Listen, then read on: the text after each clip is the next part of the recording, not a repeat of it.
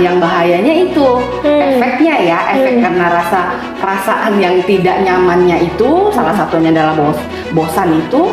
Nah, secara tidak sadar maupun sadar itu selalu ngeluh jadinya, karena ada ketidakpuasan di dalam hatinya gitu ya. Kalau kerja ya kerja, tetapi kita juga harus tahu bahwa kita bukan diciptakan di dunia ini hanya untuk bekerja gitu loh. Jadi ya prinsipnya bukan bekerja untuk hidup juga, bukan. Tapi itu adalah bagian dari dimana Tuhan itu memberkati kita, wadah Tuhan memberkati kita gitu sih. Ketika kita udah rasa nggak damai sejahtera, kita udah merasa tidak nyaman, itu adalah salah satu pertanda bahwa Tuhan mau kita di tempat yang lebih baik gitu. Sih, kalau saya ya, damai sejahtera itu penting gitu. Bukan saja soal nominal gaji gitu ya, lebih ke perasaan yang kita damai sejahtera apa enggak gitu. Kita mau datang ke kantor tuh semangat apa enggak.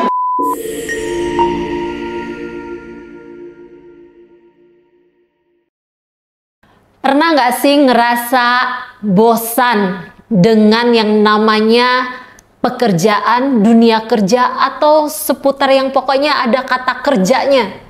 Pernah nggak sih ngerasa lelah atau rasanya udah stuck banget nih, Senin, Selasa, Rabu, Kamis, Jumat, Sabtu bahkan masih harus kerja dan kerja lagi.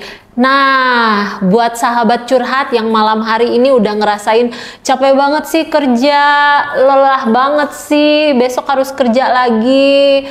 Nah, apa sih yang harus dilakukan supaya termotivasi lagi untuk semangat bekerja? Apa sih sebenarnya tujuan kerja? Nah, kalau misalnya sahabat curhat punya pertanyaan yang sama, yuk saat ini kita ngobrol-ngobrol santai.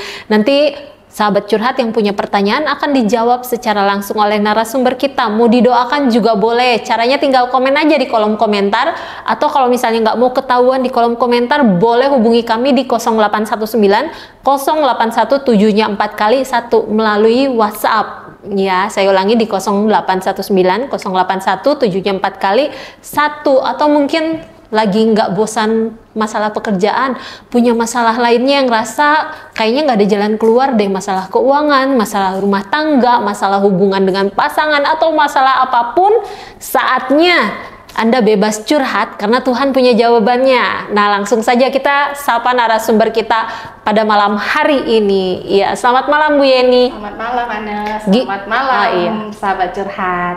Terlalu semangat saya Bu.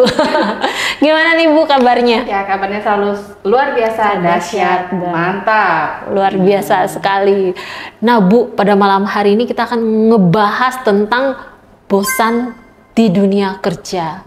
Yang jadi pertanyaan sebenarnya, kalau misalnya orang udah ngerasa bosan di dunia kerja, wajar nggak sih Bu? Kalau dibilang wajar, harusnya wajar ya. Tetapi yang mau kita garis bawahi atau yang penting adalah sebetulnya kita harus tahu nih, bosannya ini, bosan itu perasaan ya. Bosan itu perasaan seperti kecewa, marah, senang, sedih. Bosan itu perasaan mengenai mood kita, emosi kita itu adalah perasaan. Nah, sebenarnya bosan itu datangnya kenapa sih gitu ya? Kita harus cari tahu dulu. Sebenarnya wajar ya wajar, tetapi kalau itu berlarut-larut, itu akan menimbulkan masalah buat diri kita sendiri gitu. Nah, bukan hanya diri kita yang mendapat masalah, tetapi lingkungan sekitar kita juga. Contohnya kalau orang bosan, dia sering pertama apa sih, ngeluh, benar gak? Iya benar, orang bosan ngeluh terus kan, itu tanda-tanda tuh dia lagi ada something wrong gitu ya. Nah, sedikit banyak orang tersebut karena rasa di dalam hatinya yang mungkin, makanya itu mesti dicari tahu apa sih yang menyebabkan dia bosan gitu ya. Akarnya apa dulu nih? Apakah hanya tentang rutinitas pekerjaan yang selalu dia lakukan setiap hari, atau karena kurang tantangan tuh di tempat kerjanya? Ya, mungkin dia sudah bertahun-tahun bekerjanya itu aja terus, tapi dia punya punya satu keinginan untuk belajar lebih, tapi tidak punya wadah atau tidak dikasih kesempatan, makanya orang itu juga bisa bosan. Makanya kalau ditanya wajar apa tidak wajar, wajar selama tidak berlarut-larut. Selama tidak berlarut-larut. Dan kalau misalnya tanda-tandanya tadi itu suka berkeluh kesah ya? Ya, suka komplain, suka ngeluh. Nah, yang bahayanya itu efeknya ya, efek karena perasaan yang tidak nyamannya itu, salah satunya adalah bosan itu. Nah, secara tidak sadar maupun sadar itu selalu ngeluh jadinya, karena ada ketidakpuasan di dalam hatinya gitu ya. Nah, itu harus segera diselesaikan, dicarilah akarnya apa, akar masalahnya apa gitu ya, sehingga tidak berefek negatif atau merugikan sendiri dan sekitarnya gitu. Oke. Dan ini ada pertanyaan dari langsung pertanyaan sahabat ya, sahabat curhat nih yang menyaksikan di live TikTok ya, dari Bang Yons katanya. Lagi nggak bosan sama pekerjaan sekarang, cuma saya lagi kepikiran supaya ada pendapatan sampingan sih katanya, supaya punya tabungan untuk masa depan, soalnya kalau bergantung sama gaji nggak cukup ya. Lalu pertanyaannya adalah pekerjaan sampingan gitu ya. Pekerjaan sampingan ya. Jadi buat Yons jangan kemana-mana, stay tune terus. Iya. Nah tadi Bu Yani udah menjelaskan. Nah ciri-ciri orang yang udah bosan ini suka ngedumel nih, hati-hati. Tapi Bu Yani sebenarnya yang jadi pertanyaan kembali, orang itu sebenarnya hidup untuk kerja atau kerja untuk hidup? Hidup untuk kerja atau kerja untuk hidup ya? Iya. Nah, pertanyaan yang sebetulnya dua-duanya punya pandangan yang cukup berbeda gitu ya. Pertama mungkin saya jelaskan bekerja untuk hidup dulu ya. Kalau konsep bekerja untuk hidup berarti kan bahwa dia buat pekerjaan itu, dia memandang pekerjaan itu sebagai alat untuk mencapai tujuan hidupnya. Ya, bekerja untuk hidup gitu ya. Contohnya apa sih? Ya, contohnya seseorang ingin memperbaiki taraf hidupnya ya, ingin hidup lebih baik gitu ya, ingin punya tabungan kayak gitu ya. Nah, tapi kalau tadi satu lagi hidup untuk bekerja, berarti orang ini mencurahkan seluruh waktunya gitu loh. 24 jam itu untuk bekerja. Itu kalau saya disuruh pilih, kalau disuruh maksudnya bilang salah yang mana, benar yang mana, dua-duanya nggak ada yang salah dan benar gitu ya. Dua-duanya tergantung bagaimana orang itu memandang gitu, memandang prinsip hidupnya itu bagaimana. Kalau saya ya bekerja itu ya untuk melayani Tuhan. Bekerja sebenarnya. untuk melayani Tuhan. Ya, bekerja itu adalah sarana saya untuk menerima berkat yang Tuhan sudah sediakan untuk hidup saya gitu ya. Kalau hidup untuk bekerja itu saya tidak punya satu keseimbangan ya, atau work life-nya nggak balance gitu ya, sehingga rutinitas dari melek sampai nanti tidur gitu ya, bekerja terus. Bahkan kalau punya prinsip hidup untuk bekerja, jangan-jangan tidak punya waktu untuk istirahat gitu, nggak punya waktu untuk istirahat, dipakai untuk kerja terus. Ada ya orang yang workaholic katanya gitu ya. Nah itu side efeknya adalah, efek negatifnya adalah dia akan membahayakan kesehatan fisiknya pasti ya. Kalau nggak punya waktu untuk istirahat pasti nanti cepat sakit. Ya. Untuk kesehatan mentalnya juga bisa terganggu. Kesehatan mental ya. Karena apa? Karena tidak punya waktu untuk bergaul, tidak punya waktu untuk berhubungan dengan orang lain, nggak punya temen, kerja terus gitu. Makanya banyak sekarang, apalagi di era sekarang, wanita itu kerja. Kalau udah gila kerja gitu ya, pokoknya udah workaholic ya, rata-rata pasti dia sepertinya tidak lagi memikirkan punya pasangan hidup. Karena dia berpikir segala sesuatu dia bisa miliki tanpa perlu pria. Ya mungkin, dan mungkin juga nggak punya waktu untuk membangun hubungan, karena waktunya itu ya dihabiskan untuk bekerja. Nah itu kan juga tidak baik ya, ya mungkin itu prinsip masing-masing. Tapi kalau bagi saya kerja itu harus balance. Jam kerja harus balance. Dimana waktunya kita harus punya manajemen waktu, yang kita bisa memanage waktu kita dengan baik, sehingga kita punya juga waktu untuk apa sih? Untuk keluarga, untuk sahabat-sahabat kita. Itu kan sebagai manusia yang menjadi makhluk sosial kan perlu. Kalau itu tidak terpenuhi, akan terganggu gitu ya. Kesehatan mungkin mentalnya, jarang ketemu orang, orangnya jadinya introvert jadi, ya gitu. Mungkin lebih lebih self center gitu ya. Karena jarang bergaul sama orang gitu. Seperti itu sih. Jadi dua-duanya tidak ada yang salah dan benar, tapi tergantung prinsip hidup seseorang. Betul. Jadi kerja untuk hidup atau hidup untuk kerja, jadi tergantung dari prinsip masing-masing orangnya, gitu ya. Betul. Tapi kalau disuruh milih gitu ya, Nek ya, dua itu kalau saya ya kerja itu untuk hidup dan melayani Tuhan. Kerja gitu. Untuk hidup dan melayani Tuhan. Kerja untuk hidup artinya ya kita perlu bekerja, karena lewat pekerjaan kita di sanalah Tuhan memberikan berkat-berkatnya gitu ya. Tanpa bekerja gimana kita bisa jadi berkat buat banyak orang? Iya, gitu ya? Kita nggak punya uang gitu ya. Memang uang bukan segala-galanya gitu ya. Tetapi segala-galanya butuh uang.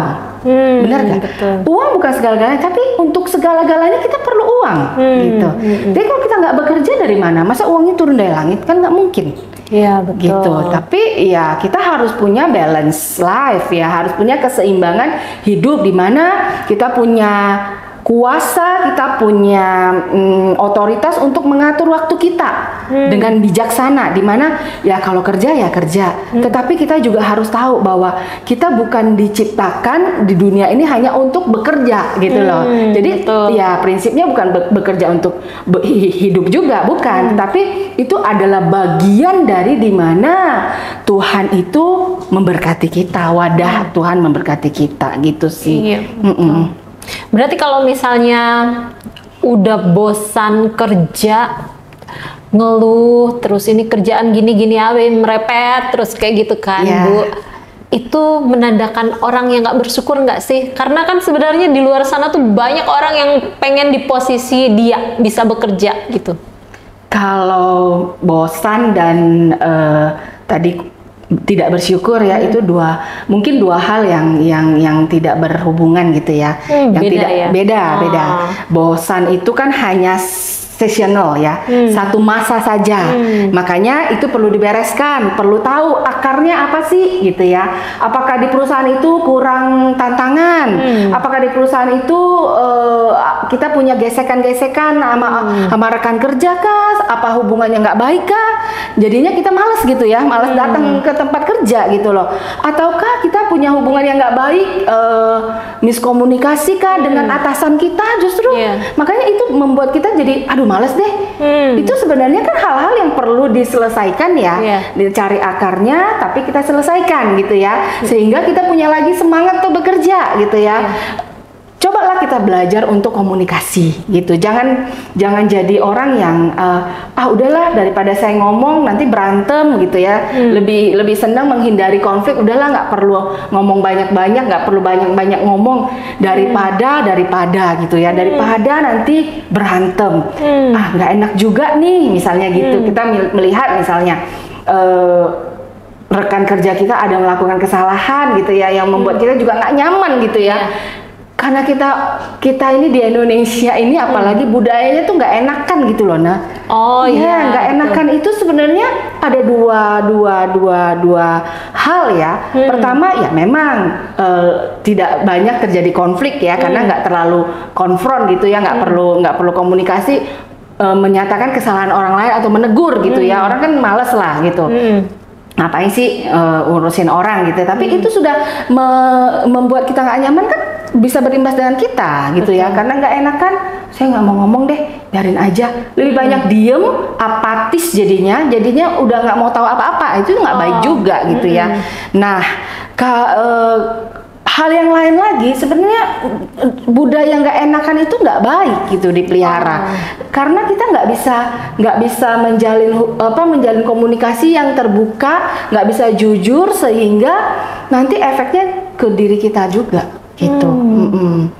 Jadi mengiyakan segala sesuatu yang sebenarnya bukan tanggung jawab kita juga itu bisa menjadi salah satu penyebab kejenuhan, kelelahan di dalam dunia kerja. Pasti. Gitu ya. Makanya kalau misalnya kita tidak mencari akar permasalahannya tadi, bisa-bisa nanti jadinya kita yang namanya burnout. Burnout itu berarti sudah benar-benar lelah.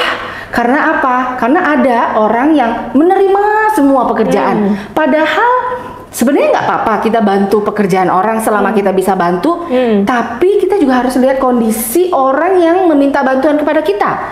Dia meminta bantuan kepada kita karena kitanya adalah orang yang nggak enakan, karena nggak bisa nolak, atau karena memang dia benar-benar tidak bisa melakukan karena nggak punya waktu, nggak mampu gitu ya. Karena kita punya misalnya punya kapabilitas kemampuan yang lebih di bidang tertentu, dia minta tolong, nggak apa-apa kita menolong. Tetapi kalau orang itu sebenarnya bisa mengerjakan, tapi karena aku punya aku punya ibu Ana gitu ya, rekan kerja rekan kerja yang semuanya oke, disuruh ngapain oke, jadi nggak bakal nolak gitu ya, karena Ana ini tipenya tidak enakan nolak gitu ya. Itu akan sedikit banyak lama-lama akan merusak karakter orang itu juga. Orang itu jadi apa? Males. Orang itu jadi apa? Tidak lagi bisa kreatif ya, nggak bisa produktif gitu ya, nggak bisa mengasah kemampuannya gitu loh. Seperti itu sih. Jadi ya menjadi yes person juga nggak baik gitu. Berarti bukan hanya sahabat curhat yang perlu didoakan, kayaknya saya juga perlu didoakan Ibu Yeni. Nah, buat sahabat curhat, kalau misalnya pada malam hari ini ngerasa lagi bosan di dunia kerja, capek, udah lelah banget, tapi mau nggak mau harus kerja, tapi gimana dong, bosan gitu kan? Atau mungkin lagi ngerasa aku mengiyakan pekerjaan-pekerjaan yang seharusnya nggak aku lakukan, tapi karena orang ngasih, jadi aku iyakan semua dan ngerasa kelelahan. Bukan secara kebetulan sahabat curhat menyaksikan pada malam hari ini, Anda bisa langsung komen di kolom komentar, atau mungkin yang mau didoakan boleh komen atau hubungi kami di 0819 081 7-nya 4 kali 1. Yuk curhat, karena disinilah tempat sahabat curhat untuk curhat, dan nanti narasumber kita akan menjawab setiap pertanyaan yang sahabat curhat ajukan. Oke. Luar biasa sekali Bu Yeni. Jadi sebenarnya nggak bagus mengiyakan segala sesuatu. Jadi nggak bagus juga kalau misalnya kita terlalu baik sama orang. Cuma mungkin perlu lebih berhikmat gitu ya. Mengiyakan semuanya itu belum tentu baik. Gitu ya. Bukan karena ya mungkin ada yang kalau kita melakukan sesuatu dengan motivasi supaya dibilang baik, tapi sebenarnya kita di belakang ngeluh-ngeluh, sebenarnya kita tidak baik gitu kan. Lebih baik kita berani menolak ya, selama kita tahu bahwa orang itu sebenarnya mampu loh, sebenarnya orang itu bisa kok, karena karakternya begini aja nih. Saya sebagai sahabatnya, rekan kerjanya, saya pengen dong dia jadi pribadi yang lebih baik juga. Kita ngomong, sebenarnya kamu bisa kan melakukan itu, kenapa?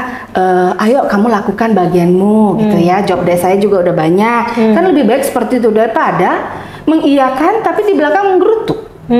Mengiyakan semuanya, mengambil semuanya, tetapi di belakang akhirnya merasa apa? Merasa burnout tadi ya, merasa aduh nih orang nyebelin banget sih gitu. Nah itu kan bukan sesuatu yang sincere ya, bukan sesuatu yang tulus dikerjakan ya. Banyak orang seperti itu.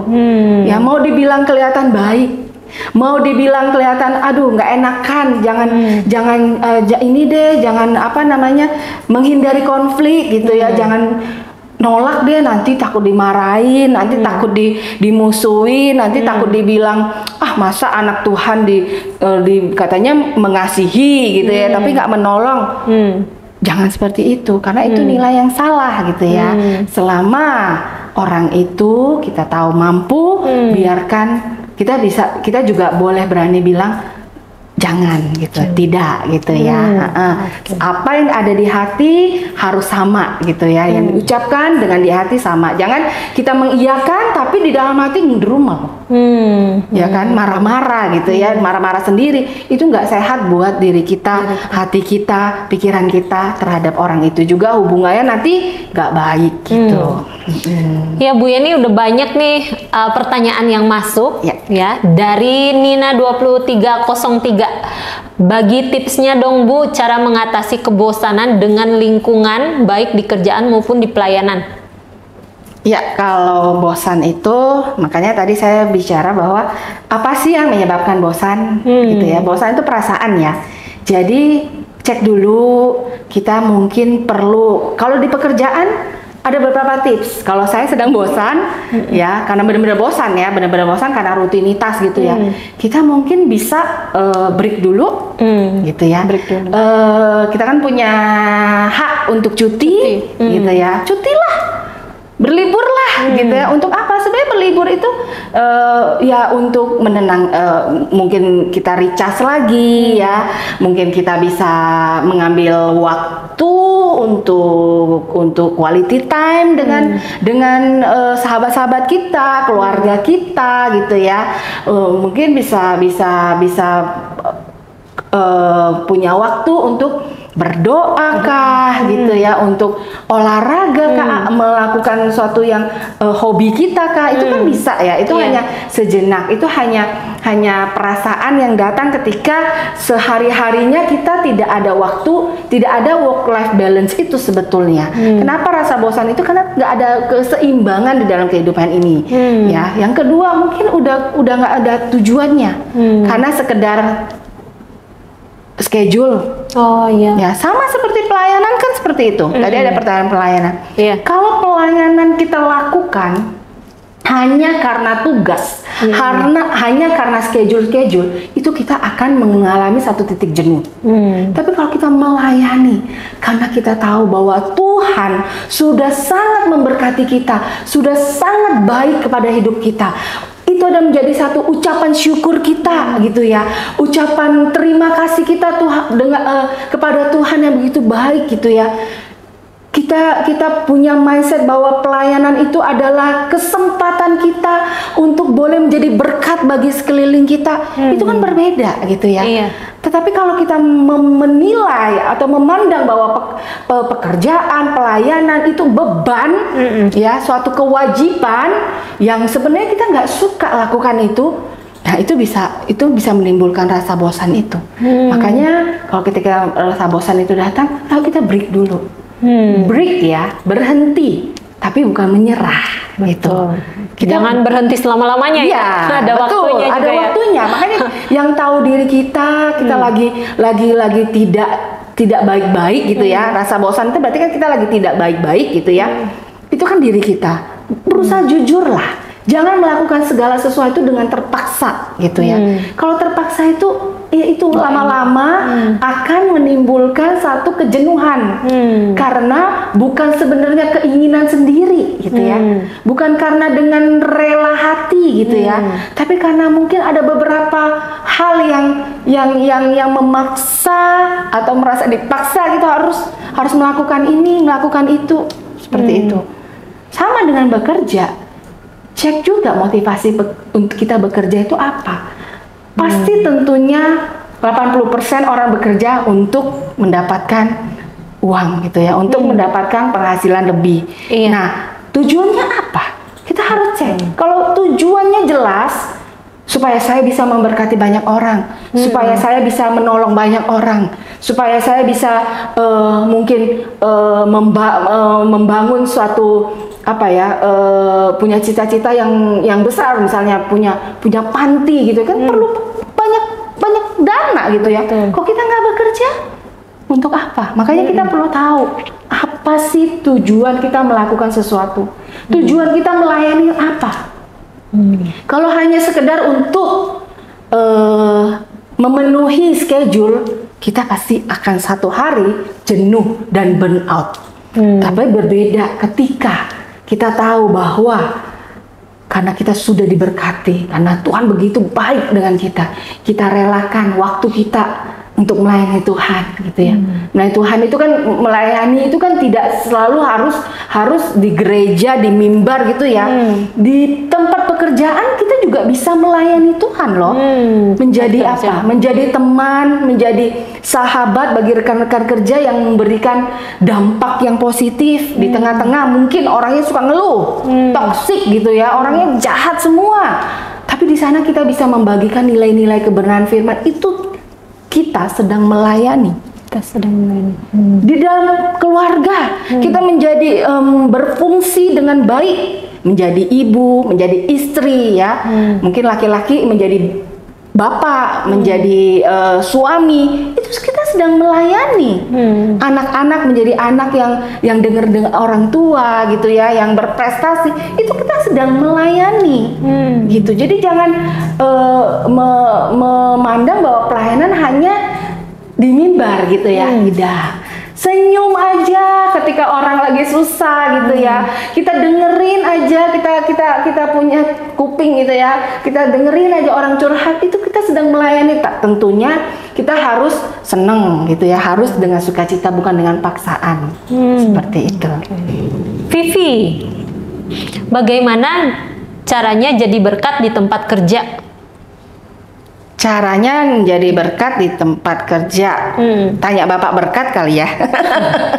Nggak bercanda. Ya banyak sih. Ya kita pertama kita bisa menerapkan ya nilai-nilai kebenaran firman Tuhan di tempat kerja. Menjadi orang yang berbeda. Misalnya di sana tempat kerjanya orang-orangnya nih pada toksik gitu ya, sering mengeluh. Jadilah pribadi yang berbeda. Kita beranilah untuk nasihatin gitu ya. Jadilah teladan gitu ya. Kalau dibilang misalnya bos suruh apa ya, atasan kita suruh bohong dikit lah, nggak apa-apa lah.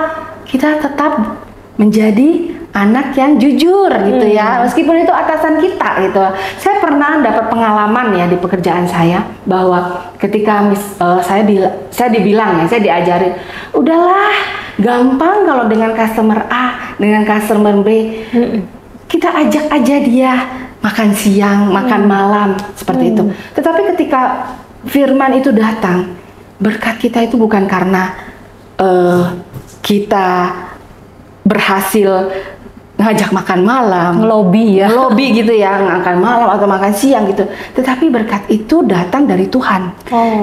Ketika saya ngomong seperti itu, saya bilang, Pak, lebih baik, nggak apa-apa kita ajak makan malam, makan siang itu nggak masalah gitu ya. Tetapi lebih baik kita menonjolkan sekarang adalah produk kita. Kenapa sih kita menjual produk ini? Gitu ya. Jangan dikit-dikit tuh uang, hepeng yang berbicara. Padahal sebenarnya kita punya produk yang bagus gitu ya. Bisa aja kita lebih jelasin gitu ya, lebih rinci tentang produk kita. Mana tahu customer itu bisa tertarik gitu. Itu dulu kita lakukan sambil kita membangun hubungan, itu nggak masalah. Tapi kalau kita terus-terusan mengandalkan hepeng gitu ya, mengandalkan uang untuk menjadi pelicin gitu ya, kita sama dengan orang-orang dunia. Dan saya percaya, sampai hari ini saya percaya, di pekerjaan saya gitu ya, saya sungguh-sungguh sangat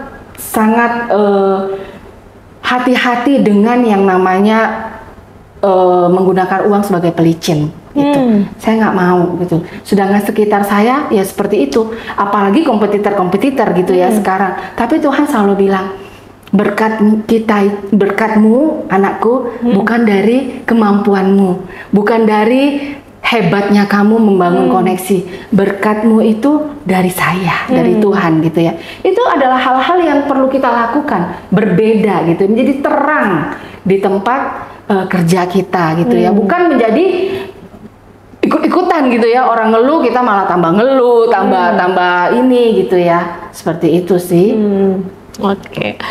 Ini ada lagi pertanyaan Bu. Ya tadi dari Berkat, terima kasih banyak buat doanya Bu Gembala, atas doanya terima kasih katanya. Nah ini dari Desi Smile. Salam Bu, saya bisnis online shop. Gimana caranya hadapin customer yang nggak sabaran dan marah-marah karena barangnya lambat datang, karena barang yang belum datang. Ya, halo Shalom Desi ya. Desi Smile. Ya, halo Shalom Desi. Ya, kalau kita menghadapi customer yang suka marah-marah karena barangnya belum datang, nggak apa-apa sih. Itu wajar gitu ya. Kita hanya cukup untuk menanggapinya dengan jelaskan aja keadaannya gitu ya. Kalau kita juga membalas gitu ya, memberi reaksi marah-marah juga, nanti customernya kabur nggak jadi gitu ya. Bukan nggak jadi, mungkin kalau online kan udah ditransfer ya, tapi nanti tidak akan menjadi customer rutin ya, nggak ada repeat order lagi ya. Saya belajar bahwa ya mungkin awal-awal kita kesel gitu ya, kita dimarah-marahin gitu ya kan, barang itu datang ke tempat kita itu, apalagi kita di Batam itu kan perlu proses yang panjang ya, dari kota satu ke kota lain gitu ya, ke kota Batam. Apalagi kita bisa jelaskan kenapa sih lambatnya, kenapa, karena proses pengiriman ekspedisi kah. Nah, kita bisa jelaskan juga bahwa ekspedisi ini di luar otoritas kita gitu ya. Tetapi sebagai bukti bahwa kita sudah mengirim barang itu kan ada resi itu kita sharekan saja. Kalau orang itu marah-marah, kita hanya perlu tanggapi dengan tenang kok. Kita nggak perlu juga untuk emosi gitu ya, karena kita mau nggak mau ya memang kita harus melayani ya, sebagai online shop itu melayani setiap karakter pembeli gitu ya. Kan nggak semua pembeli yang sabar. Itu juga sebenarnya sedang melatih karakter kita. Kita jadi orang sabar nggak menghadapi orang-orang yang suka marah. Kalau kita juga nggak sabar ya kita sama aja dengan orang tersebut, customer tersebut. Kita kalau customer marah-marah kita tanggapi dengan marah-marah, besok dia kan nggak akan beli lagi, bener nggak? Yang rugi siapa? Kita gitu ya. Tapi kalau kita bisa tanggapi dengan tenang, kita bisa kasih alasan yang tepat ya. Artinya gini, kita juga nggak boleh bohong. Kalau memang belum dikirim, ya kita bilang belum dikirim gitu ya. Kita juga jangan berbohong ya. Utarakan aja yang jujur. Kalau saya juga di bidang online shop ya, jualan, saya selalu jujur kok. Bahkan barang yang rusak datang dari sananya baik ya, di sininya diterima rusak gitu ya. Saya akan handle jelaskan dengan baik gitu. Seperti itu, supaya apa? Kita bukan hanya perlu satu customer ini beli saat ini, tapi kita perlu long term. Kita perlu customer itu beli dan repeat dengan apa? Dengan pelayanan kita yang baik, dengan pelayanan kita yang ramah gitu ya. Seperti itu sama sih. Seperti namanya Desi Smile, jadi jangan lupa untuk selalu smile ya, walaupun customernya marah-marah ya. Ya, kalau memang marah-marahnya sudah keterlaluan, ya kita nggak perlu tanggapi lah, nggak perlu baca. Toh kita udah mengirim barang itu akan sampai seperti itu. Selanjutnya Bu, dari Siska Harepa ya, Siska Harepa Rumah Dreamland. Shalom Bu, mohon dukungan doanya Bu. Semoga penjualan rumah di Dreamland semakin diberkati Tuhan. Minta didoakan dari Siska. Ya. Baik, kita sama-sama berdoa untuk Siska, Ibu. Mari kita satukan hati, kita berdoa. Tuhan, terima kasih Tuhan. Saat ini kami juga mau berdoa Tuhan untuk Siska, Ibu Siska yang mengirimkan message Tuhan. Kami tahu Tuhan kalau beliau juga di bidang marketing atau sales Tuhan. Kami percaya Tuhan, biarlah Engkau mengirimkan klien-klien, customer-customer yang tepat Tuhan. Sehingga Siska boleh terus mencapai target-target yang sudah perusahaan tentukan dalam pekerjaannya Tuhan. Biarlah ada nama Tuhan yang selalu ditinggikan, ada sukacita yang terus mengalir dalam kehidupan Siska, sehingga Siska boleh merasakan bahwa Tuhan menyertai kehidupannya. Terima kasih Tuhan, kami percaya juga Tuhan Siska akan bertemu dengan orang-orang yang tepat di waktu yang tepat, sehingga beliau juga boleh mencapai target-target yang yang telah ditentukan oleh perusahaannya Tuhan, dan nama Tuhan dipermuliakan dalam kehidupan Siska. Terima kasih Tuhan, hanya di dalam nama Tuhan Yesus Kristus kami telah berdoa, mengucap syukur, haleluya, amin. Amin. Iya. Dan ini ada satu sebentar.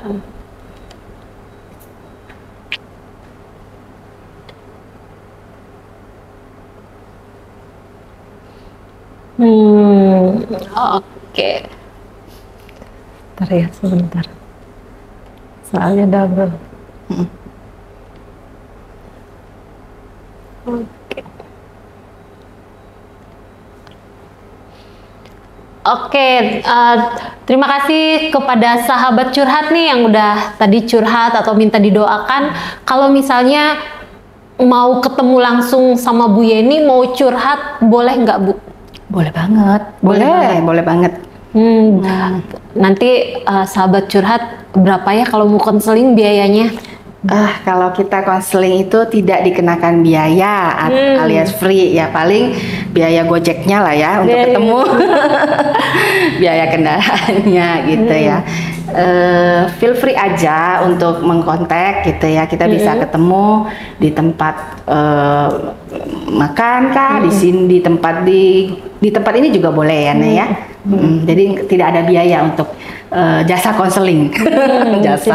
Tidak ada biaya ya. Nah sahabat curhat, kalau misalnya mau curhat langsung ketemu sama Bu Yeni, boleh atur waktunya untuk bisa ketemu. Mungkin untuk janjian boleh hubungi 0819 081 7-nya 4 kali 1. Nah bicara soal bosan bekerja Bu Yeni, pernah nggak sih punya pengalaman Bu Yeni, aduh udah bosen nih kerja gitu, terus apa yang Bu Yeni lakukan?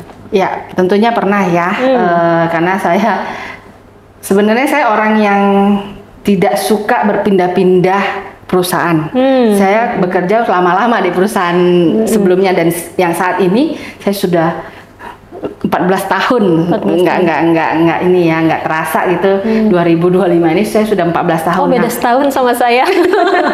Jadi kalau dibilang bosan pasti ada, tapi gimana caranya waktu kebosanan itu datang, saya handle-nya ya dengan saya cuti gitu ya. Saya mungkin kalau ada masalah di kantor, saya berusaha untuk menyelesaikan lah gitu. Tapi kalau untuk hal-hal yang tidak bisa saya selesaikan di luar otoritas saya, ya saya akan bicarakan dengan atasan saya gitu. Makanya hubungan atasan saya dengan saya sebenarnya baik gitu ya.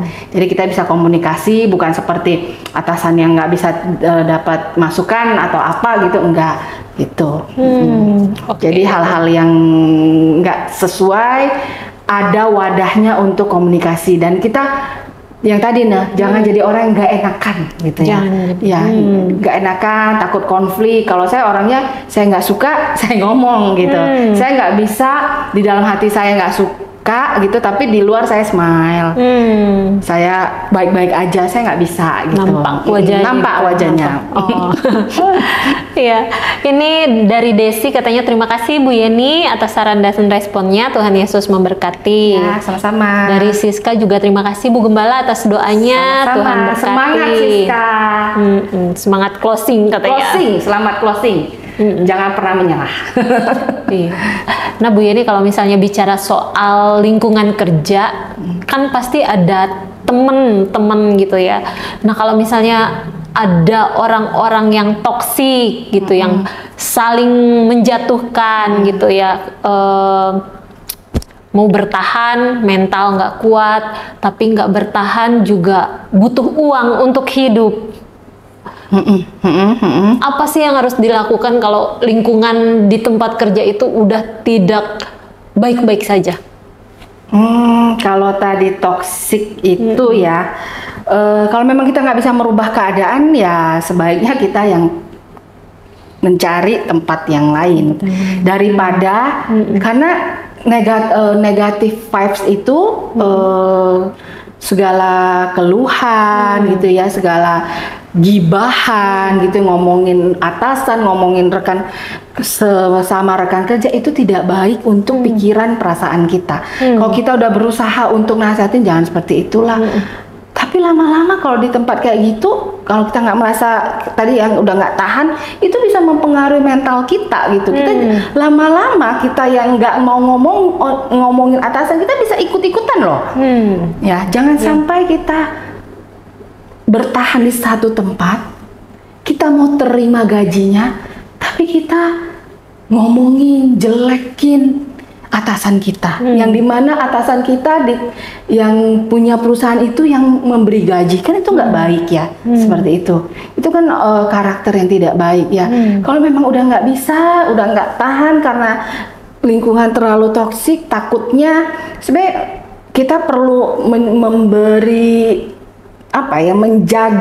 menjaga diri kita itu, pikiran perasaan kita itu supaya enggak tertular gitu ya, enggak terpengaruh gitu ya. Kadang-kadang tiap hari negatif, lama-lama kita bisa negatif. Oh, ketularan ya. Bener gitu. Tapi kalau memang kita merasa udah enggak kuat lagi gitu ya, udah sampai mempengaruhi mental kita, ya sebaiknya ya bisa kita cari tempat lain sih sebenarnya. Kan tidak selalu satu-satunya tempat di sana kita harus bekerja gitu ya. Kita percaya bahwa ketika kita udah rasa nggak damai sejahtera, kita udah merasa tidak nyaman, itu adalah salah satu pertanda bahwa Tuhan mau kita di tempat yang lebih baik gitu.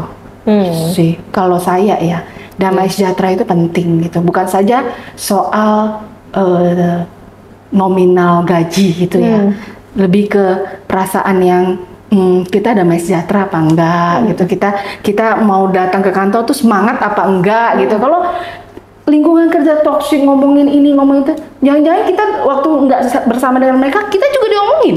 Betul. Kan seperti itu ya kan ya. Kita harus punya sikap yang berani bahwa dimanapun kita berada, selama kita benar, Tuhan akan memberkati kok. Tuhan akan membuka jalan kok gitu. Jangan pernah takut gitu ya. Selama kita benar, selama kita dengar kata Tuhan gitu ya. Jadi kadang-kadang gimana sih kita tahu kita masih bisa di tempat itu atau kita harus keluar gitu ya. Damai sejahtera itu. Kalau kita nggak damai sejahtera lagi, kita udah berusaha ya, tentunya kita harus berusaha untuk menjadi terang gitu ya. Tapi kalau lama-lama nggak bisa dirubah lagi, udah terlalu toksik gitu ya, udah terlalu parah gitu ya, ya udah berarti kita yang harus menarik diri supaya kita tidak terpengaruh sih. Seperti itu. Sebenarnya masih banyak yang mau ditanyakan Bu Yeni, tapi berhubung keterbatasan waktu nanti karena masih ada sesi-sesi selanjutnya ya, ada nggak quotes yang mau disampaikan nih, kata-kata hari ini dong gitu kan, buat sahabat curhat yang menyaksikan. Bosen boleh, lelah boleh, menyerah jangan. Saat kita merasa bosan atau kita merasa lelah, jangan biarkan keadaan itu menguasai kita. Ingat, ada Tuhan yang selalu memberi kita kekuatan. Luar biasa sekali Ibu Yeni. Bosan boleh, lelah boleh, menyerah jangan. Nah, kata-kata hari ini mungkin boleh diingat untuk sahabat curhat ya. Bosan boleh, lelah boleh, menyerah jangan. Iya, luar biasa sekali. Terima kasih banyak Bu Yeni ya buat waktunya, buat nilai-nilai yang sudah dibagikan, buat doa-doanya juga. Dan kami juga mengucapkan terima kasih kepada sahabat curhat yang sudah menyaksikan podcast Curhat Bersama New Life hari ini. Tapi kalau misalnya masih punya pertanyaan, masih rindu ingin didoakan atau mau konseling langsung bertemu dengan narasumber, boleh hubungi kami di 0819 081 7-nya 4 kali 1. Jangan ragu untuk curhat karena Tuhan punya jawabannya. Ya sahabat curhat, terus saksikan podcast Curhat Bersama New Life setiap hari Kamis jam 7 malam hanya di channel YouTube New Life Batam. New Life.